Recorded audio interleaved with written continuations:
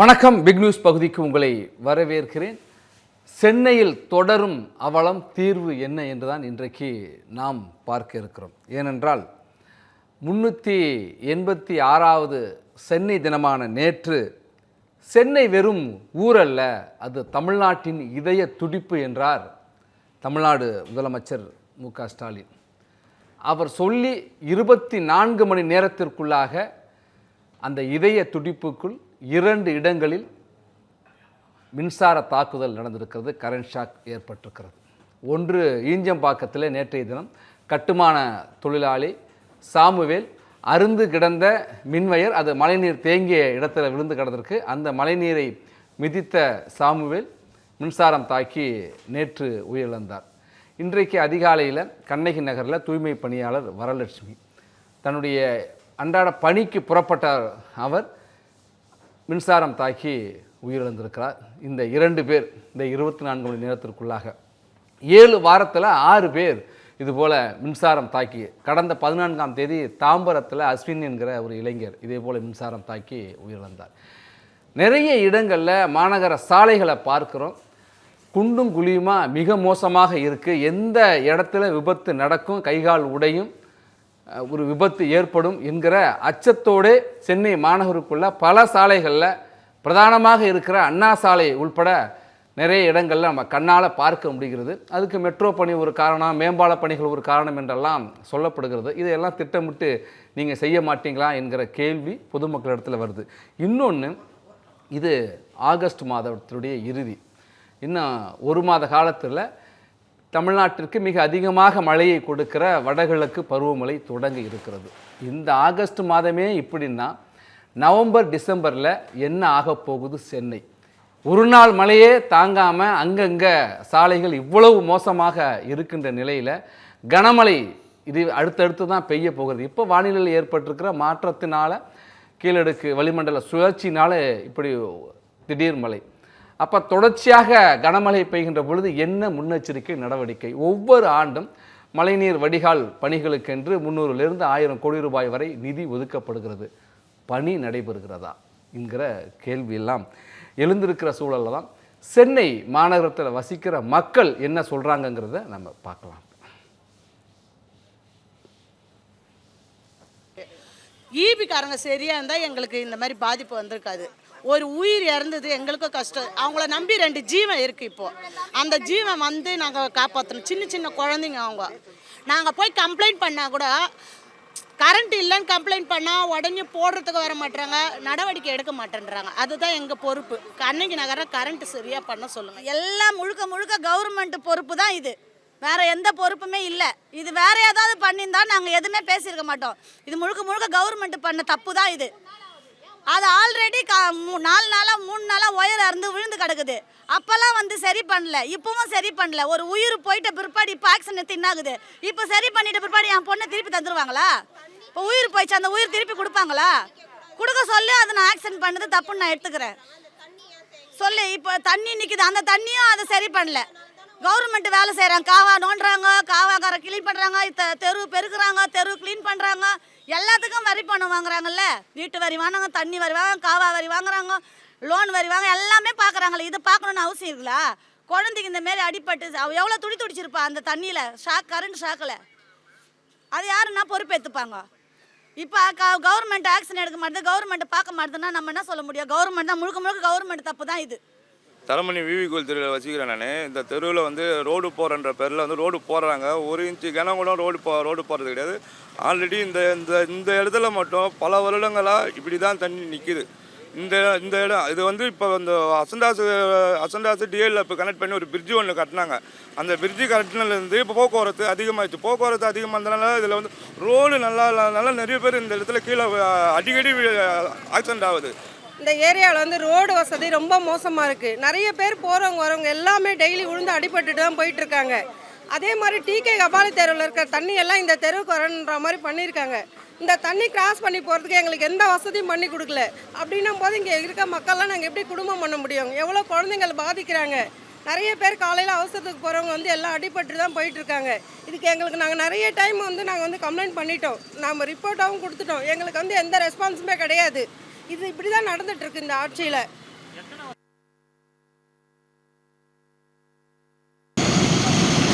தலைநகர் சென்னை, சென்னை பெருநகர மாநகராட்சி.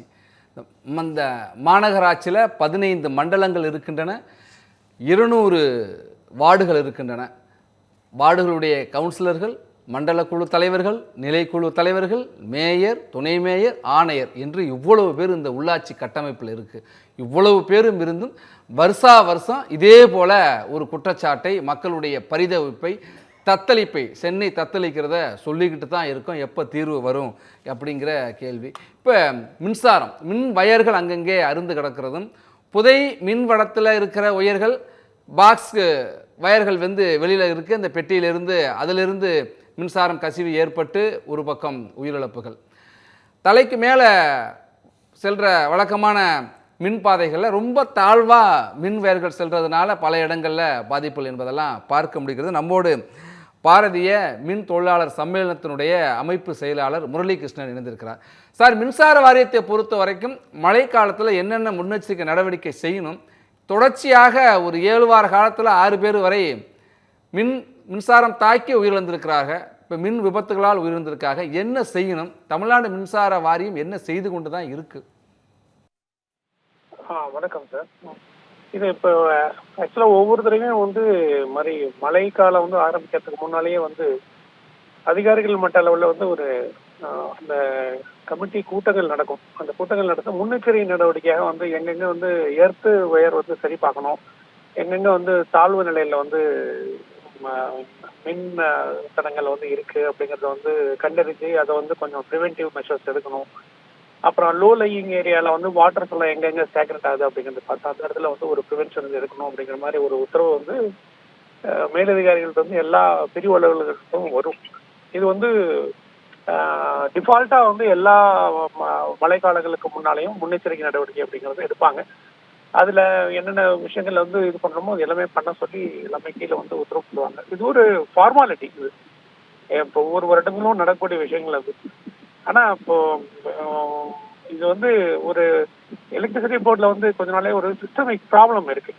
அது வந்து இன் டெப்த் எடுத்துக்கிட்டால் அது மாதிரி இப்போ வந்து ஒரு தூய்மை பணியாளர் வந்து இறந்துருக்காங்க. இன்னைக்கு இன்னொருத்தர் வந்து மின் விபத்தில் இருந்திருக்காங்க, ஒரு பப்ளிக் இருந்திருக்காங்க அப்படிங்கிறத வந்து நம்ம பார்க்குறோம் இப்போ. ஆனால் இப்போ வந்து கிட்டத்தட்ட ஒரு 2 வருடங்கள் எடுத்துட்டா ஒரு 150-200 பேர் மேலே வந்து ஸ்டாஃப்ஸே இறந்துருக்காங்க. இப்போ இது மின் விபத்துலேயே இறந்துருக்காங்க. இப்போ இது ரொம்ப அதிர்ச்சியான ஒரு தகவல். இது காரணம் என்னன்னு கேட்டீங்கன்னா, அடிப்படையிலேயே வந்து தமிழ்நாடு மின்சார வாரியம் வந்து சென்ட்ரல் எலக்ட்ரிசிட்டி அத்தாரிட்டியோடைய எலக்ட்ரிசிட்டி சேஃப்டி ரூல்ஸ் இருக்கு. எலக்ட்ரிசிட்டி சேஃப்டி ரூல்ஸ் ரீசெண்டாக வந்து 2023 கூட ஒரு ரூல்ஸ் போட்டிருக்காங்க. அந்த ரூல்ஸில் வந்து சில விஷயங்கள்லாம் வந்து நிர்ணயம் பண்ணியிருக்காங்க.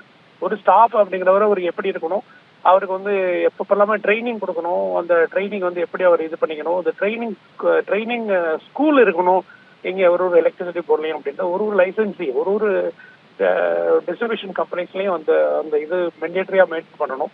அந்த சர்டிஃபிகேஷன் இருக்கிறவங்க மட்டும்தான் அந்த இடத்துல வந்து பணி செய்யணும் அப்படிங்கிற மாதிரி வந்து ஒரு வரமுறை வந்து பண்ணி வச்சிருக்காங்க. அதில் 1% கூட வந்து எலக்ட்ரிசிட்டி போர்டில் வந்து ஃபாலோ பண்ணுறது கிடையாது. தொடர்ச்சியாக வந்து மாதிரி எலிஜிபிலிட்டியே இல்லாத நபர்கள் தான் வந்து இப்போ இன்னைக்கு வந்து ரோட்ல வந்து ஒரு இடத்துல வந்து இந்த டவர் இருக்கு, அந்த பாக்ஸ் ஃபிட் பண்ணுறாங்க, அந்த பாக்ஸ் வந்து கரெக்டாக ஃபிட் பண்ணியிருக்காங்களா, மழை காலத்தில் வந்து தண்ணி வந்து மேலே போகுதா இல்லையா அப்படின்னு பார்க்குறதுனா அந்த பர்சன் வந்து should be qualified enough to அசர்டைன் the fact. அதுவே பேசிக்லேயே வந்து அங்கே வந்து தப்பு அங்கேயே நடக்குது. இது வந்து ஆள் இல்லை அப்படிங்கிறது உண்மை, மெட்டீரியல்ஸ் ப்ராப்பர் சப்ளை இல்லை அப்படிங்கிறது உண்மை. பட் அதெல்லாம் மீறி ஆளுங்களும் இருந்து மெட்டீரியல்ஸும் கொடுத்தாலும் கூட இந்த ப்ராப்ளத்தை வந்து அட்ரஸ் பண்ணணும்.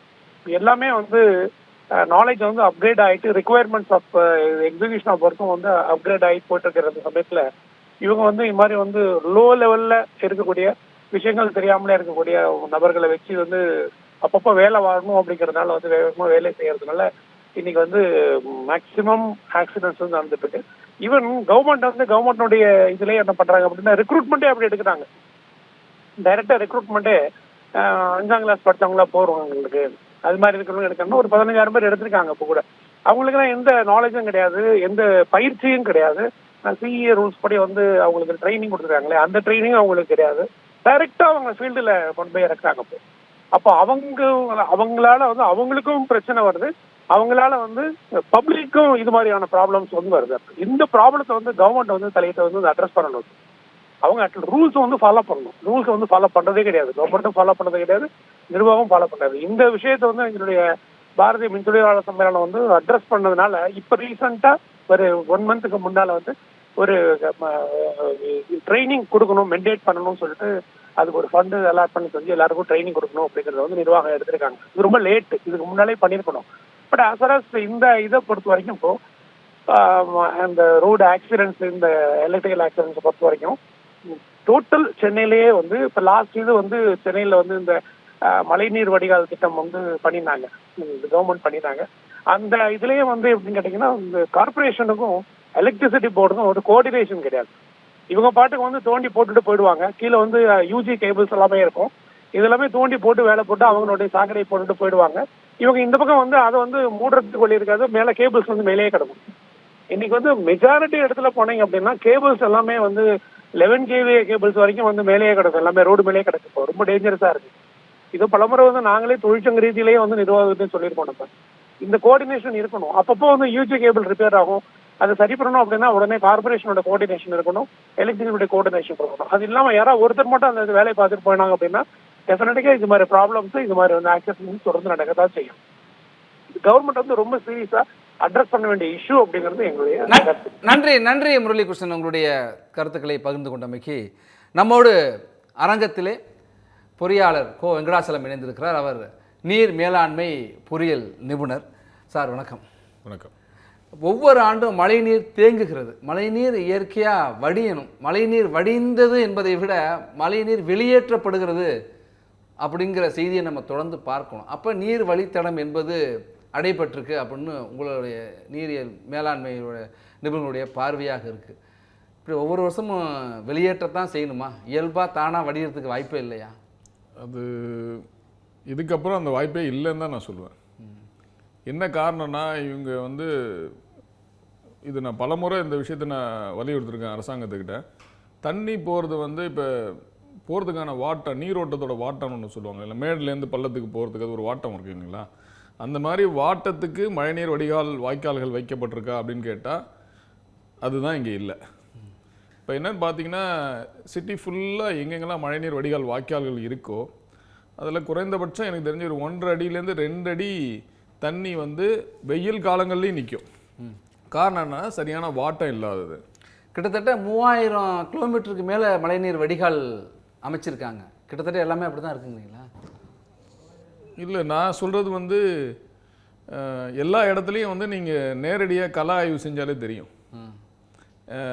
நான் சொல்கிறது வந்து இப்போ ஒரு இடத்துலையும் வந்து மழைநீர் வடிகால் வாய்க்கால் பண்ணிக்கிட்டே இருக்கிறாங்க. இப்போ வந்து புரட்சிவாக்கத்தில் ஒரு கான்ட்ராக்டர் பண்ணுறாரு, சூளை மேலே ஒருத்தர் பண்ணுறாரு அப்படின்னா இது எல்லாமே கனெக்டிவிட்டி மேட்லேருந்து பள்ளத்துக்கு இந்த லெவலு.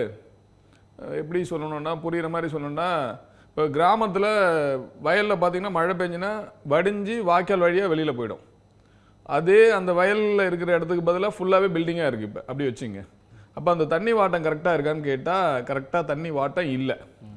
அங்கங்கே தேங்கி ஸ்டாக்னேட் ஆகி நிற்கிது. இன்னொரு பிரச்சனை என்னென்னா இது பண்ணாததால் இந்த 1.5 அடி வந்து நார்மலாக வெயில் காலத்துலேயே நிற்கிது. அதுக்கு என்ன காரணம்னா மழைநீர் வடிகால் வாய்க்கால் எங்கெங்கெல்லாம் இருக்கோ எல்லாமே அதில் ட்ரைனேஜ் கனெக்ட் பண்ணியிருக்காங்க. அப்போ ட்ரைனேஜ் இதுவும் கனெக்ட் பண்ணும்போது அது வந்து மழைநீர் வடிகால் வாய்க்கால்லையும் சொல்ல முடியாது, அது ட்ரைனேஜே தான் ஆக்ட் ஆகுது. இன்னொரு பிரச்சனை இதை இப்படியே விட்டு பார்த்திங்கன்னா கொசுக்களுடைய மிகப்பெரிய உற்பத்தி சந்தையாகவே இருக்குது அந்த இடம். இப்போ இந்த மழைநீர் வடிகால் அமைப்பு அந்த கட்டமைப்பே கொசு உற்பத்தி மையமாக இருக்குது. அந்த கொசு அதுதான் இப்போ டெங்கு மலேரியாலாம் பரவுறதுக்கு ஒரு காரணமாகவும் இருக்குது. அது ஒரு முக்கியமான காரணமாகவே சொல்லலாம். இதில் இன்னொரு விஷயம் என்னென்னா இவங்க இதே மாதிரி வருஷம் இது செலவு பண்ணிகிட்டே இருக்கிறோம். நம்ம மழைநீர் வடிகால் வாய்க்கால் பார்த்திங்கன்னா தரையோட அதாவது தண்ணியோட வாட்டத்துக்கு வைக்கல அப்படிங்கிறத நான் எதை வச்சு சொல்கிறேன் அப்படின்னா மழைநீர் வடிகால் வாய்க்கால் வந்து இப்போ உலகத்தில் இருக்கிற ஒரு இடமும் ஒரு கண்ட்ரிலையும் செக் பண்ணி பார்த்தீங்கன்னா நிர்ணயிக்கப்பட்ட சாலையின் உயரம்னு ஒன்று இருக்குது. இப்போ ஒரு சாலையோட உயரத்தை வந்து இதுதான் ஹைட்னு ஃபிக்ஸ் பண்ணிவிட்டு அந்த ஹைட் வந்து பார்த்திங்கன்னா நீங்கள் வளர்ந்த நாடுகளில் ஃப்ரான்ஸு, யூகே, வேறு எங்கெங்கெல்லாம் அமெரிக்கா, வேறு எந்த கண்ட்ரி போனாலும் ரோடோட ஹைட் வந்து ஃபிக்ஸ் பண்ணாங்கன்னா ஒரு வாட்டியும் ரோடை எடுத்துகிட்டு தான் போடுவாங்க. நம்ம ஆளுங்க வருஷம் ரோடு போட்டு தூக்கிட்டே போவாங்க. ஒரு எக்ஸாம்பிள் சொன்னால் உங்களுக்கு நம்ம மவுண்ட் ரோடு வந்து ஆல்மோஸ்ட் பார்த்தீங்கன்னா ஒரு 23 லேயர் போட்டிருக்காங்க. அதாவது 23 லேயர் தூக்கியிருக்காங்க. சிட்டி ஃபுல்லாக சுற்றி பார்த்தீங்கன்னா மெட்ரோ மேம்பால பணிகளுக்காக தொலைட்டு இருப்பா பார்க்குறப்ப அந்த அடுக்கே தெரியுது. கிட்டத்தட்ட 1 அடி 1.5 அடி 2 அடி வரைக்கும் அடுக்கு தெரியுது. நீங்கள் சொல்கிறதெல்லாம் கம்மி. 4 அடியிலேருந்து 5 அடி வரைக்குமே அடுக்கு இருக்கு. அப்போ அவங்க என்ன பண்ணுறாங்கன்னா சாலைகளை எடுத்துட்டு போகிறது கிடையாது. இது இப்போ நடக்கல. ஆல்மோஸ்ட் எனக்கு தெரிஞ்சு வந்து ஒரு 35-40 ஆண்டுகளாக இந்த தவறு நீதிமன்ற தீர்ப்பெல்லாம் கொடுத்தாங்களே, எடுத்துட்டு தான் ஒரு வாட்டி நிறைய தீர்ப்பு படிச்சுட்டு தான் இருக்கிறாங்கன்னா எதுவுமே அதை இம்ப்ளிமெண்ட் பண்ணுறது இல்லை. எடுத்துட்டு பண்ணுறது வந்து எங்கே பண்ணுவாங்கன்னா முக்கிய சாலைகளில் பண்ணுவாங்க. எங்கெங்கெல்லாம் பண்ணுவாங்கன்னா கோபாலபுரம் ரோடு, இது போயஸ் கார்டனு, எங்கெங்கெல்லாம் அதிகமான விஐபி போகிற ஏரியானோ அந்த ஏரியாவில் எடுத்துகிட்டு பண்ணுவாங்க. மற்ற தமிழ்நாடு ஃபுல்லாக இதை பண்ணுறாங்களா அப்படின்னு கேட்டால் 100% வந்து கிடையாது. மேபி ஒரு 20% பண்ணலாம். ஆனால் நிர்ணயிக்கப்பட்ட சாலை மரத்தை கடைபிடிக்காதால இது உயரம் தூக்க இந்த சாலையோட உயரத்துக்கு தான் அவங்க மழைநீர் வடிகால் வாய்க்காலே போடுறாங்க. அப்போ சாலையோட உயரத்துக்கு போனால் வாட்டத்துக்கு தண்ணி போகிறதில்ல. அங்கே தான் தண்ணி அந்த அங்கங்கே வாட்டம், அந்த நீர் வழித்தடம் வந்து அது நீர் செல்லுகிற வழித்தடம் தடைபடுறது கட்டுமானங்களாலா இல்லை இப்போ மெட்ரோ ரயில் பாதை பணிகள் நடக்குது, மேம்பால பணிகள் நடக்குது, அதுவுமா? அதுக்கு இதுக்கும் சம்மந்தமே கிடையாது. இது வந்து தண்ணி போகிறதுக்கு வாட்டத்துக்கு தகுந்த மாதிரி மழைநீர் வடிகால் வாய்க்கால் வச்சுருக்காங்களான்னு கேட்டால் இல்லை. அதான் பிரச்சனை. சரி, இப்போ ஒரு எக்ஸாம்பிள் எடுத்துக்கினா இப்போ நுங்கம்பாக்கத்தில் வந்து இந்த உயரத்துக்கு மேலே சாலையை போடக்கூடாதுன்னு ஃபிக்ஸ் பண்ணால் அந்த உயரத்துலேருந்து மேலே போடக்கூடாது. இவங்க அது மாதிரி இருக்கா அப்படின்னு கேட்டால் கிடையாது. அப்போ என்ன ஆகுதுன்னா இவங்க சாலையோட உயரத்துக்கு மழைநீர் வடிகாலையும் ஹைட்டு தூக்கி போட்டுடுறாங்க. இப்போ தூக்கி போடும்போது அந்த வாட்டத்துக்கு போதான்னு கேட்டால் இல்லை. அப்போ ஃபஸ்ட்டு என்ன பண்ணால் கிரேடியன்ட் ஃபிக்ஸ் பண்ணணும்.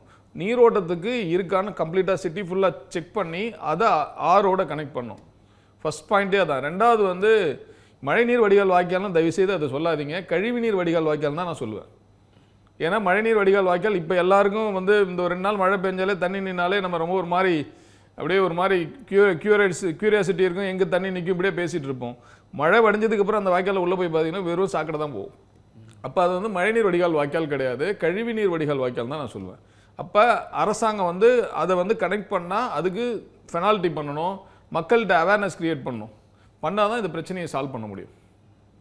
இப்போ நிறைய நான் கேள்வியை மீண்டும் கேட்குறேன். அப்போ இந்த மெட்ரோ ரயில் பணிகள் இதெல்லாம் இருக்கிறதுனால அந்த நீர் ஓட்டம் மாறுபடுவதற்கும் வாய்ப்பு இருக்கு. மெட்ரோ ரயில் இப்போ இப்படி தண்ணி இப்படி போகுது குறுக்க, இங்கே ஒரு மெட்ரோ ரயில் பணி போட்டாங்கன்னா அதில் ஒரு பைப்பு மட்டும் கட் பண்ணிட்டு உள்ள சொருவனா ஆட்டோமேட்டிக்காக தண்ணி போகுது. அதுக்கு இதுக்கும் சம்மந்தமே அந்த மாதிரி சிஸ்டம் இருக்கா? பண்ணியிருக்காங்க. இல்லை, சிஸ்டம்லாம் இருக்குது, தண்ணி போகிறதுக்கு வாட்டம் தான் இல்லை.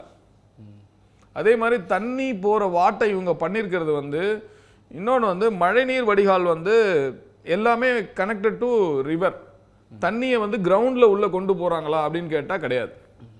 கிரவுண்டில் உள்ளே எப்படி போகுது அப்படின்னா இவங்க சில இடத்துல என்ன பண்ணியிருக்காங்கன்னா மழைநீர் வடிகால் வாய்க்காலுக்கு நடுகளிலே பார்த்தீங்கன்னா ஸ்லாட்டர்னு சொல்லுவாங்க. ஒரு 6 இன்ச்சு ஒரு 8 இன்ச்சு பைப்பை வச்சு உள்ளே ஸ்லாட்டர் போட்டு தண்ணி உள்ளே இறக்கிறதுக்கு வந்து பண்ணியிருக்காங்க.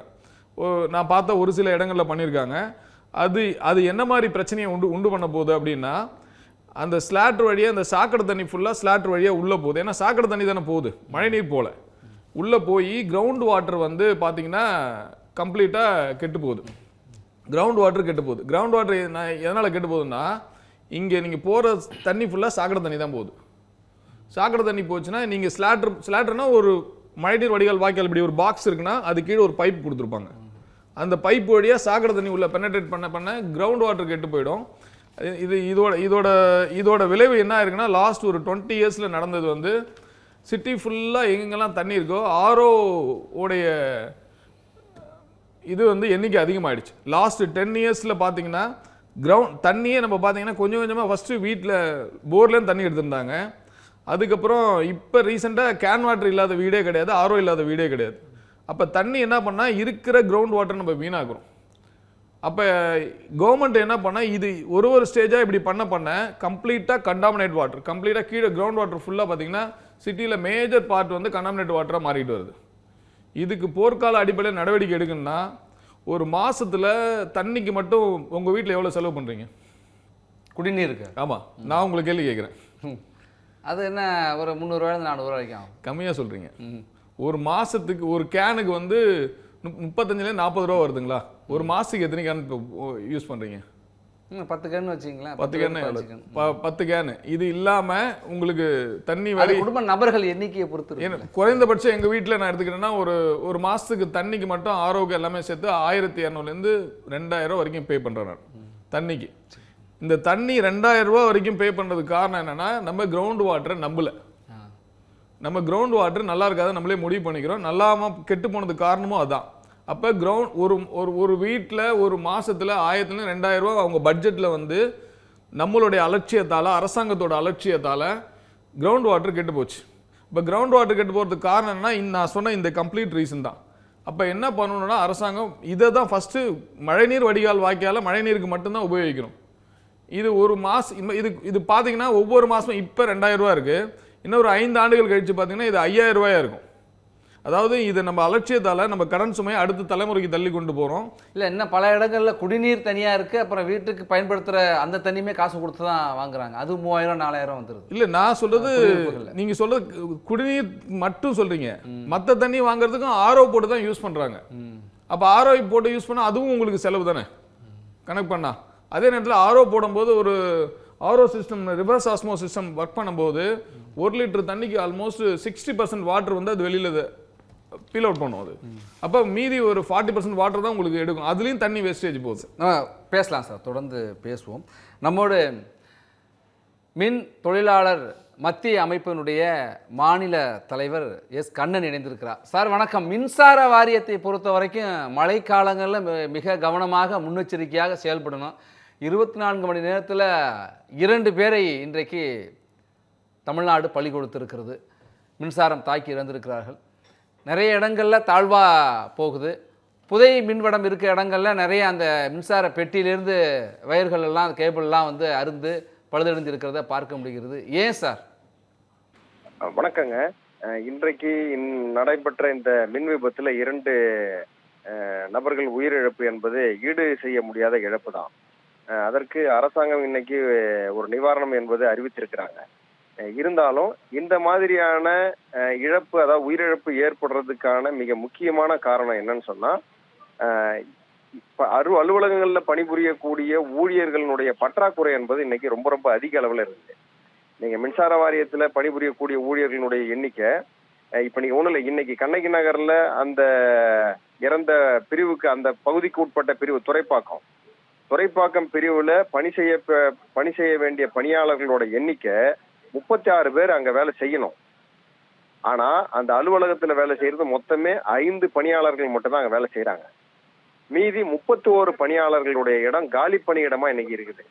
இப்ப காலி பணியிடமா இருக்கிறதுக்கு உண்டான விஷயத்தை நாங்க தொடர்ச்சியாக மின்சார வாரியத்துக்கும் தமிழக அரசுக்கும், தமிழகம் முழுவதும் இன்னைக்கு நீங்க இந்த ஒரு அலுவலகத்துல மட்டுமே இந்த அளவுக்கு பற்றாக்குறை இருக்கு. அலுவலகத்துல நீங்க ஊழியர்களுடைய பற்றாக்குறை இல்லாம அனுமதிக்கப்பட்ட பதவிகளில் எல்லா ஊழியர்களும் பணிபுரிஞ்சாதான் நீங்க தரமான தடை இல்லாத மின்சாரத்தை நாம வழங்க முடியும். இப்ப வருகின்ற காலங்கள் ஃபுல்லா மழைக்காலங்கள். இப்ப இன்னைக்கு அந்த பகுதி மக்களுடைய குற்றச்சாட்டு என்ன சொல்றாங்க, கேபிளை மேலேயே போட்டு போயிடுறாங்க. அப்ப கேபிளை மேலேயே போட்டு போறதுக்கு உண்டான காரணம்னு சொன்னா, எல்டி கேபிளை வீடுகளுக்கு கொடுக்க வேண்டிய அந்த புதைவட கம்பிகளை தரையில இருந்து 3 அடிக்கு கீழே தான் நாம அந்த கேபிளை கொடுக்கணும். ஏற்கனவே 3 அடிக்கு கீழே அந்த கேபிள் இருக்கு. ஆனா கேபிள் ஃபால்ட்டுன்னு வரும் பொழுது நீங்க மாநகராட்சி கிட்ட நாம அனுமதி வாங்கணும்.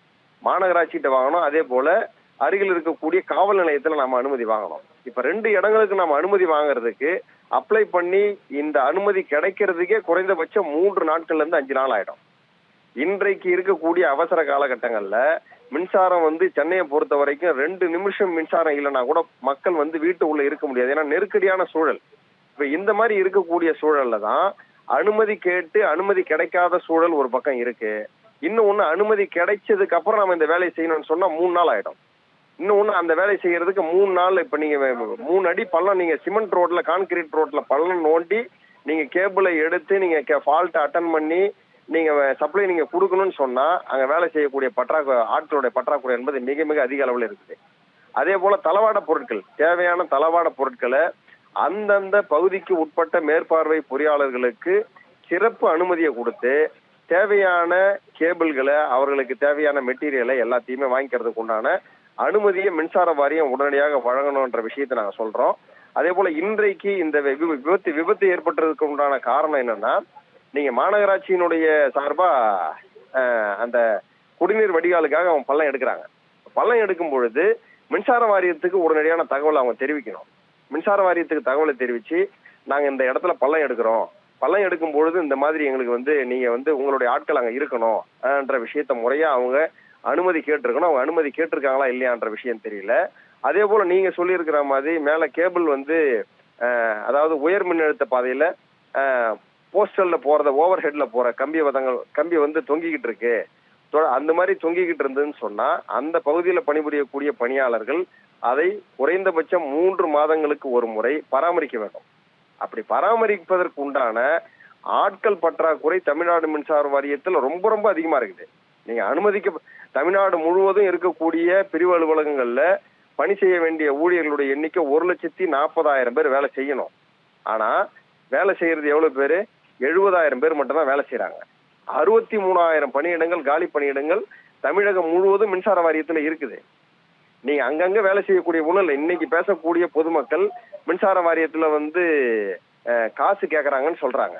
அந்தந்த பிரிவுலையுமே ஒப்பந்த தொழிலாளர்கள் அந்தந்த பிரிவுல எல்லா இடத்துலயும் வேலை செய்யறாங்க. அவங்களுக்கு மின்சார வாரியத்துல இருந்து 1 ரூபாய் கூட சம்பளமே தரல. இந்த ஒப்பந்த தொழிலாளர்களை வச்சுதான் 2815 மின் வாரிய பிரிவு அலுவலகங்கள்லயுமே இன்னைக்கு வேலை நடந்துட்டு இருக்குது. மின்சார வாரியம் நேரடியா அவங்களுக்கு கூலி கொடுத்திருந்தாங்கன்னா, சம்பளம் கொடுத்திருந்தாங்கன்னா பொதுமக்களுடைய குற்றச்சாட்டு இந்த மாதிரி வருவதற்கு உண்டான வாய்ப்பு அங்க கிடையவே கிடையாது. ஆனா பொதுமக்கள் இந்த குற்றச்சாட்டை வைக்கிறது காரணம் என்ன? ஒவ்வொரு அலுவலகத்திலையும் குறைந்தபட்சம் 5 ஒப்பந்த தொழிலாளர்கள் அங்க வேலை செய்யறாங்க. அப்படி வேலை செய்யும் பொழுது அவர்களுக்கு உண்டான கூலியோ சம்பளமோ மின்சார வாரியம் நேரடியா கொடுக்காததுனால பொதுமக்கள்கிட்ட காசை வாங்கி அவங்க குடும்பம் நடத்த வேண்டிய சூழல். நன்றி கண்ணன். மின் வாரியத்துல ஊழியர்கள் பற்றாக்குறை, ஒப்பந்த ஊழியர்களை வச்சுதான் சமாளிக்க வேண்டிய நிலைமை இருக்குங்கிறது மிக விரிவா சொன்னீங்க. நன்றி கண்ணன். நம்ம மீண்டும் அரங்கத்துல நீரியல் மேலாண்மை பொறியியல் நிபுணர் திரு வெங்கடாச்சலத்திட்டம். இப்போ நீங்கள் மழைநீர் சேகரிப்பு பற்றி சொன்னீங்க. ஜெயலலிதா அவர்களுடைய ஆட்சி காலத்தில் ஒரு 20 ஆண்டுகளுக்கு முன்பு மழைநீர் சேகரிப்பை கட்டாயப்படுத்தினாங்க. ஆனால் அது நடைமுறைக்கு ஏன் வராமல் போச்சு? நிறைவு கருத்து சேர்த்து சார். அவங்க அன்னைக்கு பண்ணும்போது தண்ணியோட அருமை தெரிஞ்சிருந்தது அவங்களுக்கு. அந்த அந்த அந்த அந்த டீம் கரெக்டாக அவங்கள்ட்ட சொன்னதால் அது போய் ரீச் ஆச்சு. பட் உடனே அடுத்த ஆண்டு பலனும் தெரிஞ்சு. ஆமாம், தண்ணியோட அளவு ஏறிச்சு. அதில் நிறைய பேர் அவங்க ஒரு நல்ல நோக்கத்தோடு அந்த திட்டத்தை கொண்டு வந்தாங்க. நிறைய பேர் பேருக்கு சில பேர் சரி பண்ணணும், கவர்மெண்ட் அந்த லைனை கட் பண்ணிடும்னு சொன்னதுக்கப்புறம் ஒரு பயத்தில் பண்ணாங்க. ப்ராப்பராக பண்ணவங்களும் இருக்காங்க. ப்ராப்பராக பண்ணதால தான் இந்த கிரவுண்ட் லெவல் பார்த்தீங்கன்னா அப்போ இன்க்ரீஸ் ஆச்சு. நீர் மட்டம் அடுத்த ஆண்டே தெரிஞ்சு இங்கே இன்க்ரீஸ் ஆச்சு. அது நடைமுறைப்படுத்திருக்காங்களான்னு கேட்டால் கண்டிப்பாக இல்லைன்னு தான் சொல்லுவேன். இதில் என்ன இது அன்னைக்கு அவங்க பண்ணதை இன்னும் ஒரு ஸ்ட்ராங்கான சட்டமாக இன்னும் வரல.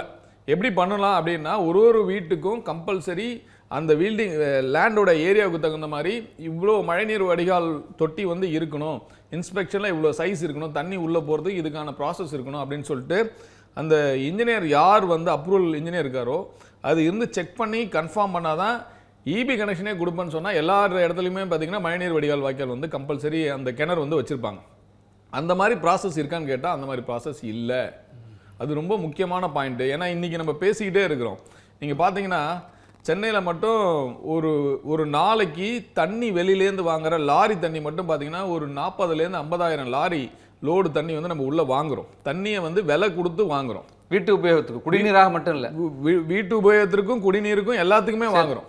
நீங்கள் பார்த்தீங்கன்னா நான் சொல்கிற இந்த ப்ராசஸ்ஸு, இந்த ப்ராப்பர் சிஸ்டம், மழைநீர் வடிகால் வாய்க்கால் எல்லாத்தையும் கரெக்டாக பண்ணி தண்ணி கிரவுண்ட் வாட்டர் கரெக்டாக நம்ம ஃபில்டர் பண்ண ஆரம்பித்தோம் அப்படின்னா 10 ஆண்டுகளில் இந்த மழைநீர் வடிகால் ப்ராசஸ் படிப்படியாக குறைஞ்சி கிரவுண்ட் வாட்டர் கம்ப்ளீட்டாக க்ளீன் ஆச்சுன்னா உங்களுக்கு மெட்ரோ வாட்டருக்கு லாரியிலேருந்து தண்ணி வாங்க வேண்டிய அவசியமே இருக்காது. ஆல்மோஸ்ட் பார்த்தீங்கன்னா இந்த சிஸ்டமை கரெக்டாக பண்ணோம்னா கவர்மெண்ட்டுக்கு ஒவ்வொரு மழைக்கும் பார்த்தீங்கன்னா ரொம்ப பேர் மினிமம் எடுத்துட்டாலும் ஒரு 350-400 கோடி ரூபாய் செலவாகுது. இந்த செலவை முற்றிலுமாவே கட்டுப்படுத்தலாம். நிறைவா சார், இப்போ கடந்த ஆண்டு பல்வேறு இடங்களில் தண்ணி தேங்கினதை பார்த்தோம். இப்போ பெருமழை இனிமே தான் பெய்யவே போகுது. ஒரு நாள் மழைக்கே இப்படி இருக்குது. இப்போ நவம்பர் டிசம்பர்லேயும் இப்படி தான் இருக்குமா, இல்லை தண்ணி இந்த அளவுக்கு பாதிப்பு இல்லாமல் இருக்கிறதுக்கு வாய்ப்பு இருக்கா? அரசு செய்யணும்னா உடனடியாக உங்களுடைய ஆலோசனை சொல்லுங்கள். அரசு செய்யணும்னா உடனடியாக இந்த இபி லைனுக்கு வந்து சார் சொன்னாங்க இல்லைங்களா, இபி லைனுக்கு எங்கெங்கெல்லாம் வந்து இபி லைன் இருக்கோ அங்கே கம்பல்சரி ஒரு போர்டு வைக்கணும். இது வந்து கண்டிப்பாக இந்த இடம் வந்து ஒரு அறிவிப்பு பலகை வைக்கிறது ரொம்ப நல்லது, ரொம்ப சேஃப்டியும் கூட. ஏன்னா இந்த மாதிரி திடீர் அதிர்ச்சிலாம் வந்து தாங்க முடியாத விஷயம். இன்னொன்று வந்து எங்கெங்கெல்லாம் வந்து மழைநீர் வடிகால் வாய்க்காலில் தண்ணி தேங்கி நிற்குதோ குறைந்தபட்சம் அந்த அடப்பெல்லாம் கட் பண்ணி எடுத்துட்டாங்க அப்படின்னா ஓரளவுக்கு வடிகிறதுக்கு 100% வடிகிறதுக்கு வாய்ப்பு கிடையாது. இன்னொரு தப்பு பண்ணிக்கிட்டே இருக்கிறாங்க, அதை நான் அரசாங்கத்துக்கிட்ட வலியுறுத்துறேன். மழை ரொம்ப ஜாஸ்தி பெஞ்சுன்னா இவங்க கழிவுநீர் வாய்க்காலோடைய மேல் கவரையும் எடுத்துட்டு தண்ணியை உள்ள ஹெவி ராட்சத மோட்டர் வச்சு பம்ப் பண்ணி உள்ள அடிக்கிறாங்க. கழிவுநீர் வடிகால் வாய்க்கால் வந்து 35-40 வருஷத்துக்கு முன்னாடி கீழே வந்து பார்த்தீங்கன்னா ஒரு பெரிய பைப் போட்டிருப்பாங்க. அப்போ போட்டது வந்து இது மண் பைப்பு தான் போட்டிருப்பாங்க. அந்த பைப்பை வச்சு ப்ரெஷர் பண்ணும்போது கீழே இருக்கிற அந்த ஜாயிண்ட் எல்லாமே பிச்சுக்கிச்சுன்னா மழை பெஞ்சதுக்கு அப்புறம் அந்த லைன் ஃபுல்லாகவே கிரவுண்ட் வாட்டர் ஃபுல்லாகவே கழிவுநீர் வாய்க்காலில் கண்டாமினேட் ஆகிடும். இல்லை நேற்றே நிறைய இடங்களில் கழிவுநீரும் மழை நீரும் கலந்து போனச்செல்லாம் பார்க்க முடிஞ்சுமா? அது நான் சொல்கிறது இது போதுன்னு சொல்லிட்டு நம்ம இதை விட்டு போய்கிட்டே இருக்கிறோங்கிறேன். இப்போ நான் பேசுகிறேன், இதுக்கு முன்னாடி பேசுகிறேன், நான் ஒரு 10 வருஷமாக இது சம்மந்தமாக பேசிகிட்டு இருக்கேன். இதுக்கான ரிசல்ட் ஏதாவது கரெக்டாக இருக்கான்னு பார்த்தா யாருமே எடுக்கிற மாதிரியே தெரியல. மாநகராட்சியும் எதுவும் எடுக்கல, எதுவுமே நடக்கலையே. எடுக்கிறாங்க, தண்ணியை வெளியேற்றுறது தானே எல்லாமே ரெடியாக இருக்கிறாங்க. தண்ணியை வெடி வைக்கணும்னு பார்க்குறாங்க தவிர அடுத்து என்ன பாதிப்பு, அடுத்த தலைமுறைக்கு தண்ணி வேணும்னு யாருமே பேசலையே. நம்ம எல்லாரும் தண்ணியை வெளியேற்றுறத பற்றி மழை பெஞ்சோடனே நான் லாஸ்ட் இதில் வந்து பார்த்தீங்கன்னா 2 நாளில் தண்ணியை வடிச்சிட்டேன் அப்படின்னு சொல்கிறாங்க. 2 நாளில் வடித்த தண்ணி எங்கே போச்சு? சாக்கடைக்கு போச்சு. அதே தண்ணியை திருப்பி அதே ரோட்டில் போகிறவங்க, அதே ரோட்டில் கிராஸ் பண்ணி போகிறவங்க, நான் 2 நாளில் தண்ணி வடிச்சுட்டு வேலைக்கு போகிறேன் ரொம்ப சந்தோஷமாக இருக்கிறாங்க. அவரே என்ன பண்ணுறாரு, மாதம் வந்து தண்ணி 2000 ரூபா காசு கொடுத்து வாங்குறாரு. அதுக்கு முந்தின வருஷம் 1500 ரூபாய் வாங்கினாரு. அதுக்கு முந்தின வருஷம் 1000 ரூபாய்க்கு வாங்கினாரு. அவர் பையனுக்கு 5000 ரூபாய்க்கு டிரான்ஸ்ஃபர் பண்ணி விட்டு அவர் போயிடுவார். அப்போ உங்களுக்கு செருக இது ஒரு கடனாகவே யாருக்குமே தெரியல. அப்போ தண்ணியை பாதுகாக்கணுங்கிற ஒரு பயமோ பதட்டமோ மக்களுக்கும் வேணும், அரசாங்கத்திற்கு ரொம்ப முக்கியமாக வேணும். நன்றி சார், நேரம் ஒதுக்கி இந்த நேரலையில் நன்றி பகிர்ந்து கொண்டதுக்கு. மற்றும் ஒரு சிறப்பு விருந்தினரோடு நேரலையில் சந்திப்போம். தொடர்ந்து இணைந்திருப்போம்.